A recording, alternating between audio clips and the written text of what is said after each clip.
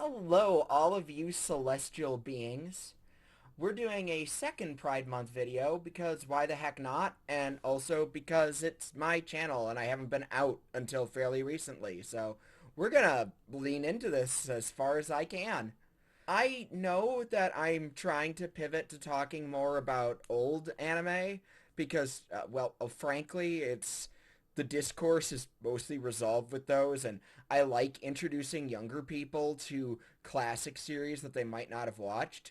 But I'm going to be talking about something that's currently airing, which, well, I think you'll see why pretty shortly. So, a couple months ago, Raina and I needed something as a palate cleanser after watching another extremely good but extremely depressing and graphic anime, Berserk 1997. And while I was enjoying Berserk quite a bit, and I'm probably going to be obsessively thinking about it for the rest of my life,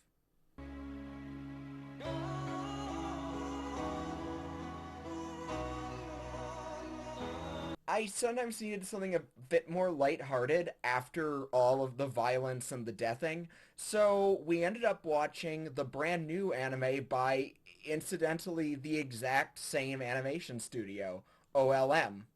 That is, of course, the series Komi Can't Communicate. If you haven't checked out Comey yet, it's super worth your time. It's pretty adorable.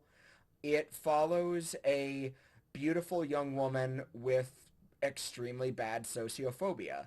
So she is horribly unable to engage with people because she's just afraid of talking and direct communication. But as the narrator is so apt to remind us every episode, that doesn't mean she doesn't want fulfilling interpersonal relationships with the people around her.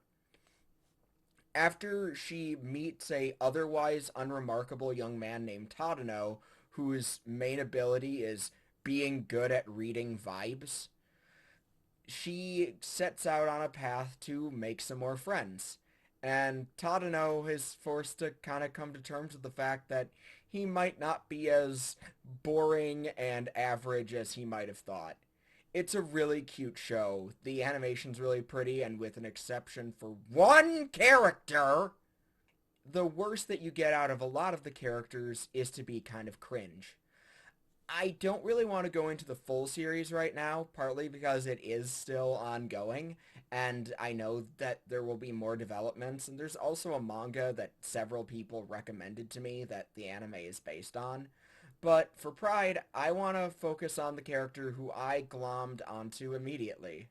Crap damn, we're talking about Najimi Osana.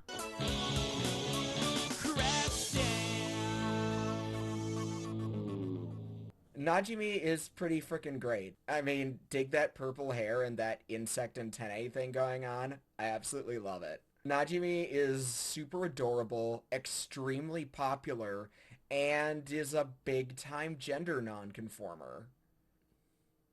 Najimi was Tadano's classmate growing up, but at the time, Tadano knew Najimi as a boy.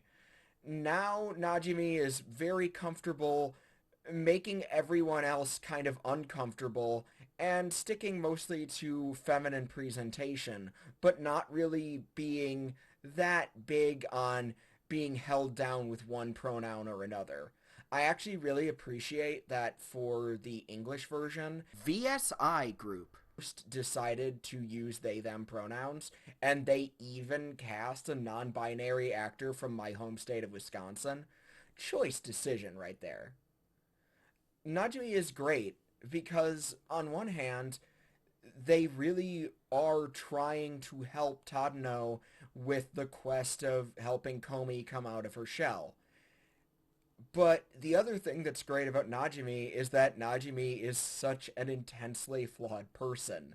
Most of Najimi's approaches border on tough love, but are usually just being selfish or just kind of being gross. I'm getting wet. I absolutely love it, and I think that's why it kind of bummed me out to see other people in the community not as enthusiastic about a character like Najimi. I've seen some people make the claim that Najimi is somehow mean-spirited or transphobic, and obviously I can't tell people how to think.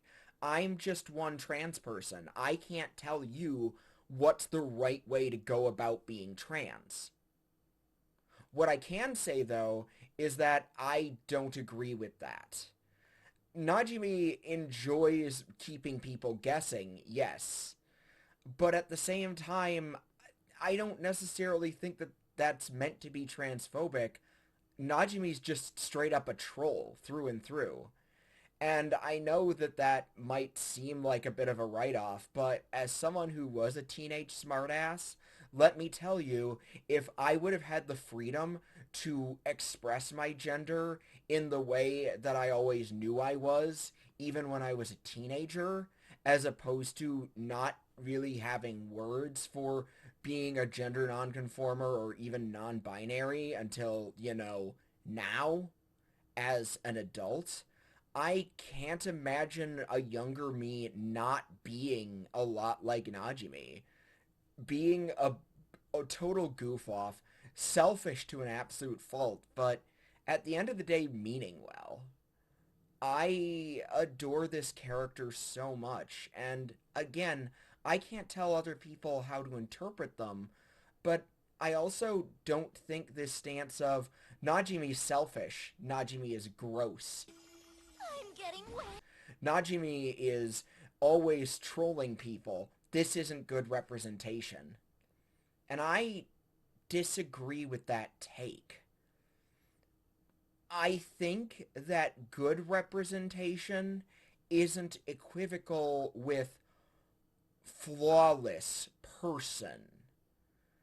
Good representation involves having queer people who are just that, people. They should be allowed to make mistakes. They should be allowed to be selfish. They should be allowed to be gross sometimes. And for all of the weird talk of Najimi somehow being a hurtful stereotype, I also just don't see that. Like, if Najimi was a punchline, I feel like the diegesis of the show would reflect that, except it absolutely isn't. Najimi is implied to be the second most popular kid in the entire class, is beloved by all of their peers, and even in the kind of vaguely gross sexism of guys going to the water park and checking out the girls' bodies, they're they're looking at Najimi exactly the same way. And I cannot emphasize this enough. Najimi doesn't exactly make it a secret that they are a they. Najimi is gremlin energy incarnate. Najimi is an absolute themlin, and I'm here for it. I don't necessarily need my queer characters to be perfect. Like, shit, I thought it was neat that Supergirl had a trans superhero in the later seasons, but I cannot tell you shit about Dreamer except for the fact that she's really pretty. And that's great. I love that too. But sometimes it's nice to have flawed, messed up people and messy people. In the actual play podcast that I'm a regular cast member on, Stormwood and Associates, I also play a bit of a sloppy mess of a trans woman, and I enjoy being able to depict trans people who aren't perfect because that's awesome. None of us are perfect, and it's not fair to say that the only trans people who deserve respect are the ones who are doing it right or whatever. Furthermore, I saw just an article on Anime News Network that rubbed me the wrong way, and I'm just gonna mention it right here. While talking about Komi Can't Communicate, a couple of the writers commented that they felt that Najimi could have been handled better if they would have really leaned into that Najimi is a trans person and that Tadano was always really supportive of them, even when they had trouble coming out. And I'm just in this corner being like, why? Why does every coming out story have to be this traumatic thing that people aren't comfortable with. I get it, cis people. I understand that that's what you guys think, that that's all we do, but coming out isn't always this traumatic thing. Sometimes it's cool to not have that be the only storyline that queer people are allowed to have. Or even better, in Najimi's case, to have someone who doesn't conform to the gender norms and is just really cool and confident about it. And on top of that is still a beloved member of their community. I adore Najimi Osana. Najimi is just a mess of a person, but I love them to death. And if you have the pleasure of checking out Komi Can't Communicate, I think you will too. Once again, this is Celeste. Even when things are dark, I know we're in this together. You guys have all the love that I can throw at you, and I hope you keep enjoying my new content. By the way, we did some new lighting in here. I hope you can tell. It's a lot brighter and crisper, and I'm really enjoying it. So in the meantime, all of you celestial beings, remember that Celeste is best, and keep on spocking in the free world.